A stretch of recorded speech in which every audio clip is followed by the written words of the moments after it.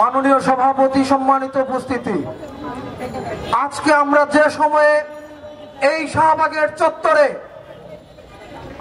শাহবাগের চত্বরে মহান সমাবেশ নিয়ে এসেছি, ঠিক সেই সময় আমার মৃত্যুর জন্য প্রস্তুতি আবার নিচ্ছে সেই ফ্যাসিস্ট আওয়ামী দেশের সমাজ। আমরা একটা রং তামাশায় বসি নাই। নদী নদী রক্তের বিনিময়ে আমরা আমাদের স্বাধীনতা কায়েম করেছি।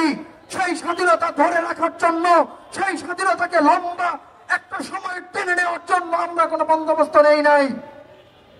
আমরা এখনো দেখছি সোশ্যাল মিডিয়া থেকে শুরু করে এই দেশের সমস্ত জায়গায় সমস্ত আমাদের গণ অভ্যুত্থানের ভাইয়েরা তারা এখন নিরাপদে কোথাও নেই। এই যে দেখেন আমার পিছনে আমাদের শহীদ পরিবারের ভাই মায়েরা বসে আছে এই প্রখর রৌদ্রতাপে।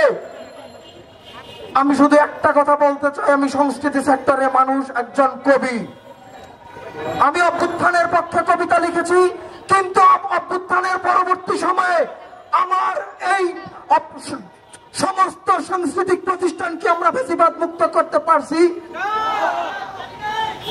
সংস্কৃতি সার্বভৌমত্ব, এই কথা আপনাদের মানতে হবে। সংস্কৃতির উপরে থেকে বসেছে এখনো সেই আওয়ামী বিশাল হায়নার দল। তাদের ছেটিয়ে এখন যদি আপনারা বিদায় করতে পারেন, এই অভ্যুত্থান টিকবে না, টিকবে না, টিকবে না। আপনাদের কাছে আমার বিশেষ অনুরোধ থাকবে, আপনারা আসুন, আমরা সম্মিলিতভাবে আমাদের বিপ্লবটা এগিয়ে নিয়ে যাই। ধন্যবাদ।